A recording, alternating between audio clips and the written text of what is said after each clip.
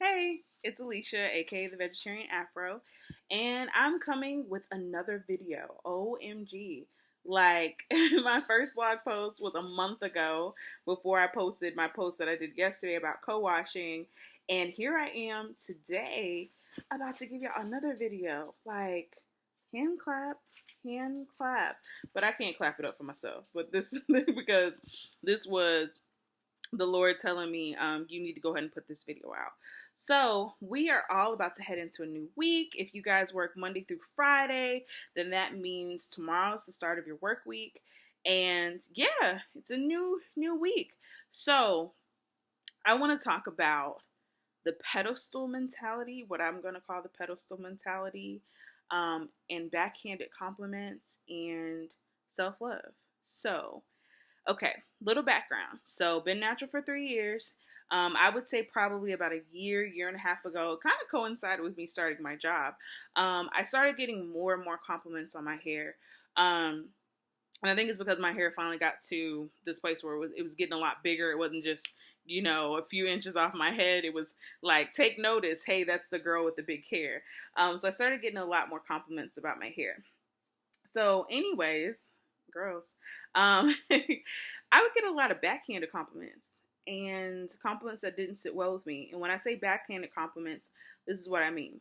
Compliments that would compliment me, but in the very same sentence or same breath or same, conversation, I would hear a statement that showed me that the person had, to me, self-love issues. So I get compliments like, "Oh my gosh, I love your hair. Look at all that pretty hair. Can't wait until my daughter's hair gets like that because right now it's just nappy and ugh." And or I'll get the compliment like, "I can't wait until my hair is like that. I could never wear that. Natural ain't for everybody," and that kind of thing. And typically I just say thank you I always say thank you when I get compliments because I'm the type who, I'm introverted. So a lot of times I think about things after they happen and then I formulate a response and I formulate a detailed response and then I go forth and I put it out. So yeah. Anyways, but those compliments don't make me feel good. Like I don't like the fact that you can like my hair but not like your hair. And the pedestal mentality. If I'm only three blog posts in. If you have put me on any type of pedestal since I've started this blog or before, or I have people who consider me a hair crush or whatever, let's go ahead and kick me off the pedestal and put yourself there. Kick me off the pedestal, just knock me off, or take your favorite natural hair vlogger or whoever's hair you like, whether it be natural, permed, Malaysian, whatever, or who has your favorite body type that you in your head think is your woman crush Wednesday or mint, whatever. Like, go ahead and just kick them off the pedestal, dust that pedestal off, and then put yourself on the pedestal. I firmly believe that the entire reason we are here on earth and that you and I were created is number one, so we could realize the fact that we have breath in life and we exist means that we have a purpose and that we're enough just because we exist. I think I was saying on my Periscope, you can follow me at Authentic Alicia. Anyways, I was saying on my Periscope a couple of nights back that if God, and I strongly believe, if God like ever had, an idea that he was just like, Alicia, the idea of her, I'm not really feeling it. He would have been like, he would have just threw me over his shoulder and would have been like, I'm not really here for that because I'm not going to put anybody purposeless on the earth. I like strongly believe that. Like, he created us with purpose, and you're not born knowing what that purpose is. I remember being 17 and I would cry my eyes out because I was like, Lord, I don't know what you put me here to do. I don't know what it looks like yet, but I feel just the weight of carrying such a God-sized purpose, and I don't know what to do with this weight other than cry. Like, that's all I know how to do. I mean, that's all I know how to do at this point, just cry, because it's just a huge weight, and I don't know what you want me to do with it.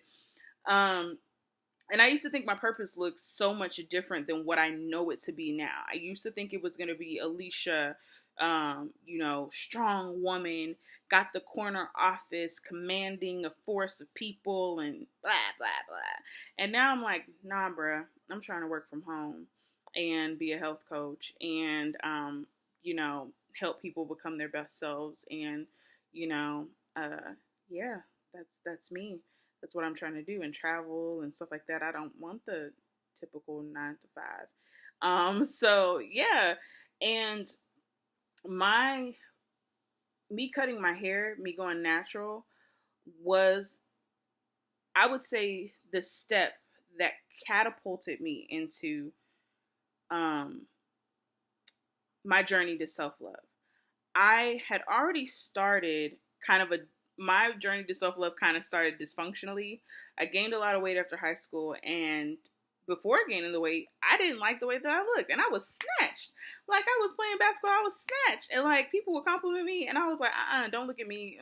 I don't know. And then when I gained weight after high school, like I started to really like myself. I learned to, be Miss Thing and dress it up and go out and kick it with my girlfriends and all that kind of stuff. And so I was on my path to self love, but like it was dysfunctional. It didn't serve the right purpose, even though I was learning to love myself and learning to dress my body and all that kind of stuff. But it wasn't until cut my hair and then also, started my journey to being a vegetarian because my cholesterol was too high. It wasn't until like that season in 2012 where I started on the functional path to loving myself. And I think that's the entire purpose of life.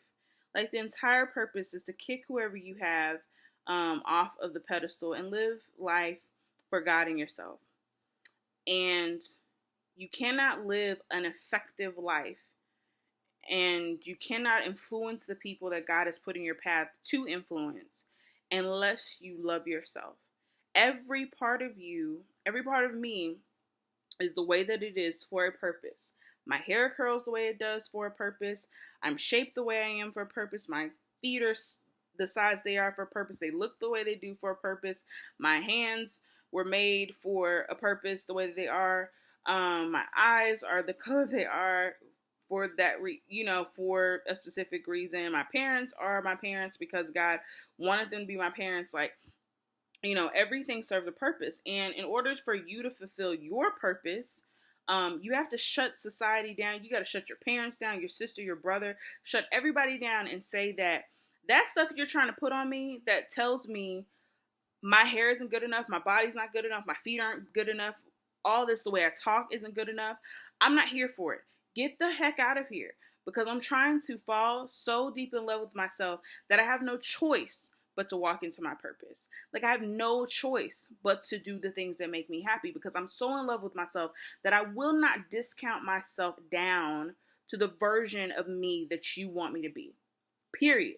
I'm not doing it. So if you have some confused idea about who it is that I am, or you wonder why I'm taking this path when you think I should take this path, guess what, honey? My path is my path. You got a path. You walk your path. My lane is my lane. We can run parallel and we can be cool. We can kick it.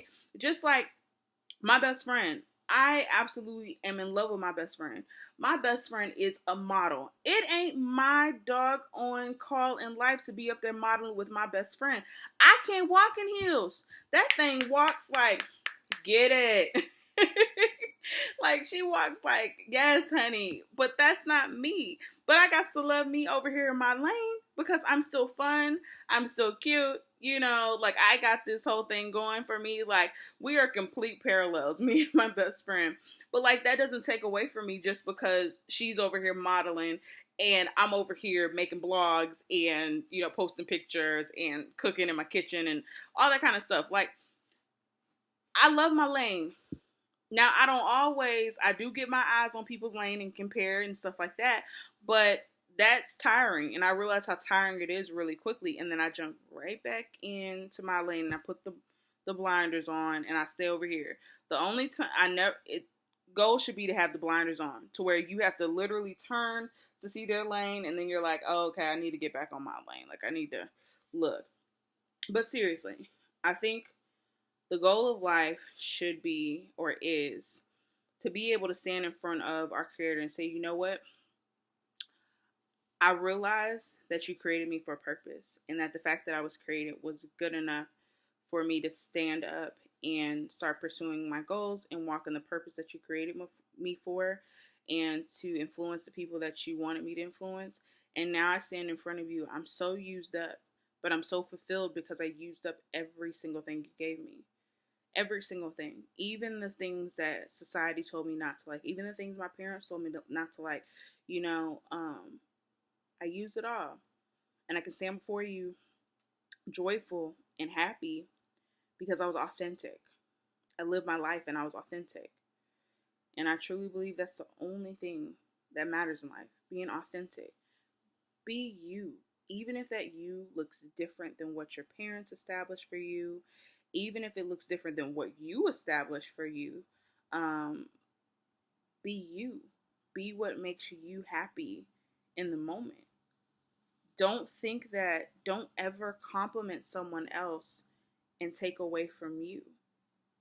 You are amazing. There may be things that you want to change about you, but you're amazing in this moment. And the you in that moment, when you do achieve or change or do whatever, is going to be just as equally amazing. Actually, you might be more amazing. But do it for you. Do it because you want to be authentic, and because you want to be able to stand when people are trying to say things about you and say, you know what, but I'm happy. You can say that and have that thought and opinion, but I'm happy though. I'm happy. Anyways, that is my video. It's already going on 12 minutes, so I hope you stuck around and listened to it. But yeah, go forth. Have a good money. Good money. Go make that money, honey. Have a good Monday. Bye.